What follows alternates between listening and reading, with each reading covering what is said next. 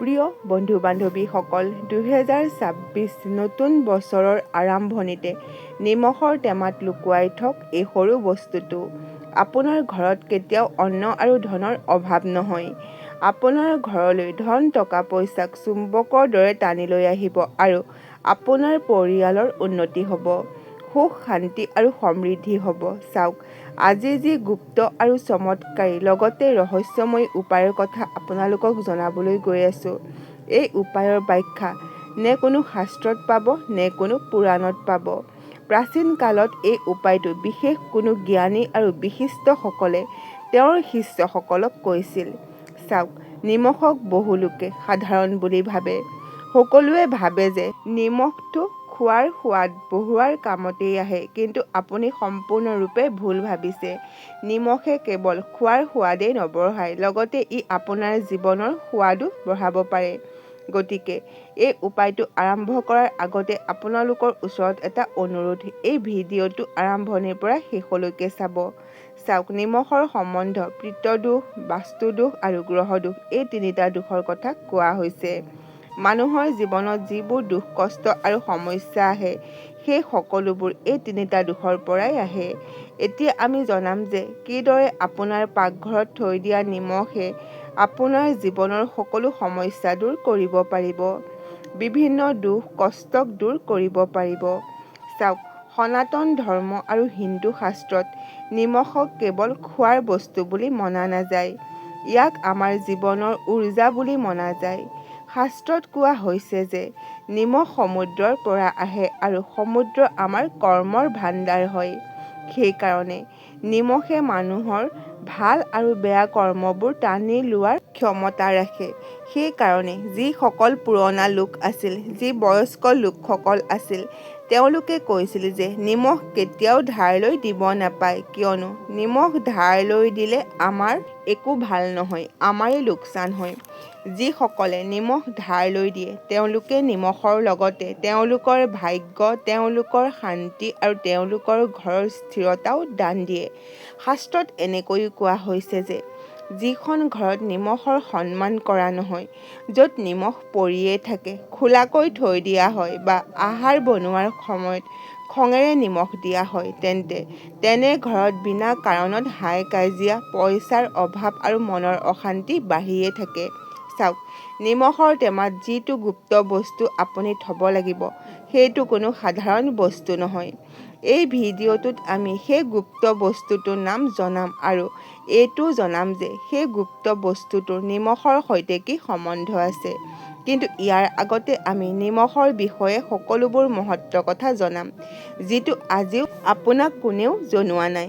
প্ৰিয় বন্ধু-বান্ধৱীসকল, চাওক, পিতৃদোষ এটা এনেকুৱা দোষ হয় যাৰ কাৰণে মানুহে কোনো ধৰণৰ সুখ নাপায়।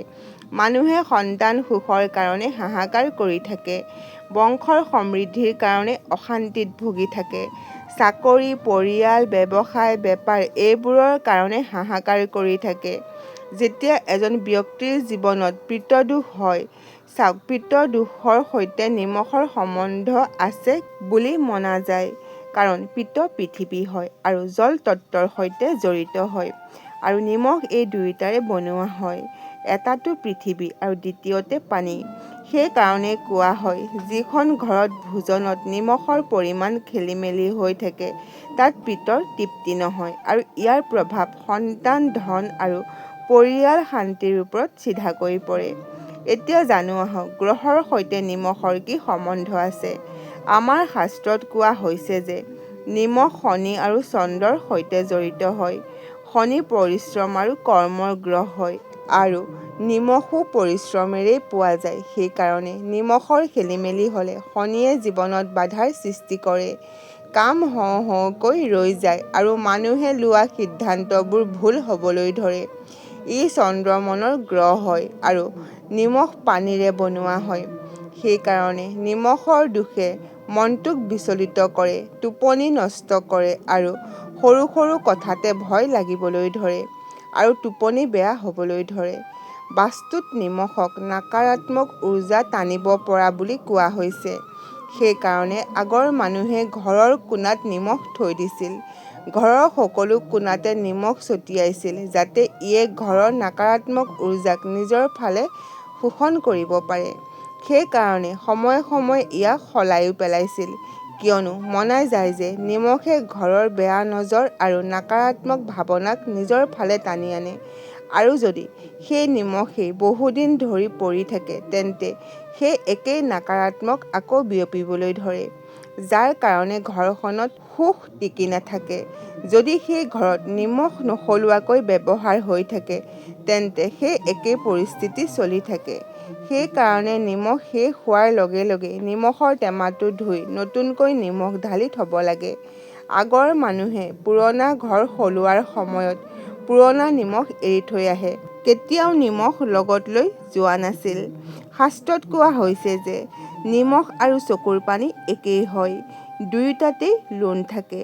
সেইকাৰণে যিখন ঘৰত নিমখক অপমান কৰা হয় তাত কন্দা-কটা বেছিকৈ হয় আৰু যিখন ঘৰত নিমখক ভালকৈ ৰখা হয় সেইখন ঘৰত সুখ আৰু শান্তিয়ে বাস কৰে।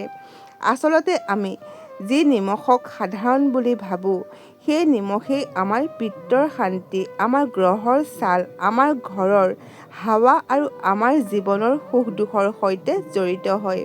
আৰু ইয়াক যদি সাধাৰণ বুলি ভাবি লোৱা হয় তেন্তে জান বা অজানিতে মানুহে নিজৰ জীৱনটোক সমস্যাত পেলাই লয় আৰু লগতে নিজৰ জীৱনটোকে অন্ধকাৰৰ ফালে ঠেলি লৈ যায়। চাওক, যি গুপ্ত বস্তুটোৰ বিষয়ে আমি আপোনালোকক জনাবলৈ গৈ আছোঁ সেই গুপ্ত বস্তুটোৰ সম্বন্ধ নিমখৰ সৈতে বহুতেই মহত্ত্বপূৰ্ণ বুলি মনা গৈছে। মানে সেই যি গুপ্ত বস্তু হয় যিয়ে আপোনাৰ ঘৰৰ সুখ শান্তি আৰু সমৃদ্ধিক বঢ়াই দিব। আপোনাৰ ঘৰৰ ধনৰ বাকচ সদায়ে ভৰি থাকিব আৰু আপোনাৰ ঘৰ পৰিয়ালত কেতিয়াও হাই কাজিয়া নহয়, ক্লেশ বিবাদ উৎপন্ন নহয়। ধ্যান দি শুনক যে সেই গুপ্ত বস্তুটোৰ নাম কি, সেই গুপ্ত বস্তুটো আপুনি ক'ত পাব, সেই গুপ্ত বস্তুটো আপুনি কেনেকৈ পাব আৰু সেই গুপ্ত বস্তুটোৰ বিষয়ে আমাৰ শাস্ত্ৰই কি কয়। এই সকলোবোৰ কথা আপুনি জনাটো অতি প্ৰয়োজন, কিয়নো যদি আপুনি বিচাৰে যে 2026ত আপোনাৰ ওচৰত কোনো বস্তুৰেই কমি নহওক, আপুনি কোনো বস্তুৰ কাৰণে হাহাকাৰ কৰিবলগীয়া নহয়, সকলো বস্তু আপুনি নিবিচৰাৰ আগতেই পাই যায়, দেৱী-দেৱতাসকলৰ আশীৰ্বাদ পাওক। ধ্যান দি শুনক, কিয়নো এই সৰু গুপ্ত বস্তুটোত 33 কোটি দেৱী-দেৱতাৰ আশীৰ্বাদ লুকাই আছে। চাওক, সেই যি সৰু গুপ্ত বস্তুটো হৈছে সেই বস্তুটো ইমানেই সাধাৰণ হয় যে সেইটো আপুনি আপোনাৰ ঘৰত সহজতেই পাই যাব। মানে য'ত আপুনি নিমখৰ টেমা থৈ দিয়ে তাৰ আশে-পাশে সেই সৰু গুপ্ত বস্তুটো আপুনি পাব। আৰু এই গুপ্ত বস্তুটোৰ সম্বন্ধ বহুতো দেৱী-দেৱতাসকলৰ লগত আছে বুলি মনা যায়। এই গুপ্ত বস্তুটো হৈছে ক'লা তিল। আপুনি ভাবিব পাৰে যে ক'লা তিল আৰু নিমখৰ সৈতে কি সম্বন্ধ আছে, এই দুয়োটা শক্তি লগ হৈ কিদৰে ঘৰৰ উৰ্জা সলনি কৰি দিব পাৰে। আজিয়ে আপুনি আপোনাৰ নিমখৰ টেমাত এটা ক'লা তিল থৈ দিয়ক, কিয়নো কোৱা হয় যে ক'লা তিল চিধা শনিদেৱ আৰু পিত্ৰৰ সৈতে জড়িত হয়। আৰু নিমখ ক'ৰ পৰা আহে? সমুদ্ৰৰ পৰা আহে, যাক কৰ্মৰ স্মৃতি বুলি মনা যায়। সেইকাৰণে আমাৰ শাস্ত্ৰত ক'লা তিল আৰু নিমখৰ সম্বন্ধক এনেকৈও কোৱা হৈছে যে ক'লা তিল চিধা সমুদ্ৰ আৰু শনিদেৱৰ লগত জড়িত হয়। যেতিয়া ক'লা তিলক নিমখৰ টেমাত লুকুৱাই থোৱা হয় তেতিয়া ক'লা তিলে প্ৰথমে শনিদেৱৰ কঠোৰ প্ৰভাৱক দূৰ কৰে আৰু লগতে পিতৃদোষ, বাধা দূৰ কৰে আৰু ঘৰখনৰ নকাৰাত্মক উৰ্জাক লাহে লাহে দূৰ কৰে। গতিকে নতুন বছৰ 2026ত এই উপায়টো কৰি আপোনাৰ লগতে আপোনাৰ ঘৰখন আৰু আপোনাৰ পৰিয়ালটো সুখ শান্তি আৰু সমৃদ্ধিৰে ভৰাই তোলক। আশা কৰিলোঁ আজিৰ এই ভিডিঅ'টো আপোনালোকৰ ভাল লাগিল। যদি ভাল লাগিল তেন্তে আমাৰ এই চেনেলটো লাইক কৰক, শ্বেয়াৰ কৰক আৰু লগতে আমাৰ এই চেনেলটো ছাবস্ক্ৰাইব কৰি দিয়ক। আজিলৈ ইমানেই। শুনি থাকক জ্ঞানৰ গংগা।